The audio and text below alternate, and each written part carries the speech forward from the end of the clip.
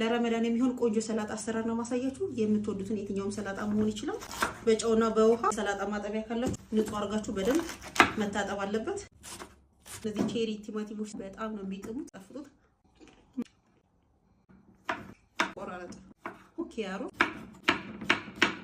እንደ ሰላጣ እንደምታጣፍጥ መካከለኛ የሰላጣ ሽንኩርት፣ ሼሪ ሚሪንግ፣ ፓርስሊ በደንብ የታጠበ ሁሉም ከከተፍን በኋላ እንደባለቅበት ጎርጓዳ ሳህን ላይ የቆርቆሮ በቆሎ ለዩ የምትፈልጓቸውን አትክልቶች እዚህ መጨመር ትችላላችሁ። ሽምብራ ዱቤ፣ ቦሎቄ መጨመር ትችላላችሁ። በቆርቆሮ ተዘጋጅቶ ሱፐር ማርኬት ላይ የሚሸጡት። ድሬሲንጉን ለመስራት ለሾርባ ማንኪያ እርጎ፣ ሙስታርድ፣ ሚጭማቂ፣ ውሃ ያለው አንድ ትልቅ ቢሆን በቂው ነው። ቼቶ በግምት አንድ ሾርባ ማንኪያ የሚሆን ኦሊቭ ኦይል፣ ንጹህ ማር፣ ጨው፣ 3 ፍሬ ነጭ ሽንኩርት ሚክስ እናደርጋለን።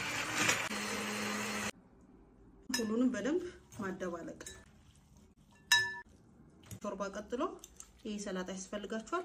የተለያዩ ድሬሲንጎች አሉ 3-4 አይነት ነው። እነሱ እንድሰራላችሁ የምትፈልጉ ከሆነ ኮሜንት ሴክሽን ላይ አስቀምጡልኝ። እንቅመሳት። ቢስሚላ።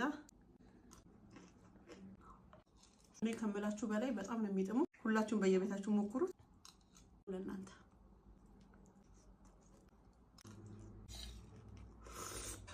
ብትበሉት ማጠግቡት የሰላጣ አሰራር ነው። ዛሬ ነገ ሳትሉ ሁላችሁም ሞክሩት። ይሄ ቪዲዮ እናንተ ጋር ከደረሰ ላይክ፣ ሼር፣ ፎሎ፣ ሪፖስት እንዳይረሳ። የዛሬው ሬሲፒ ይሄ ነው። እንደምትወዱት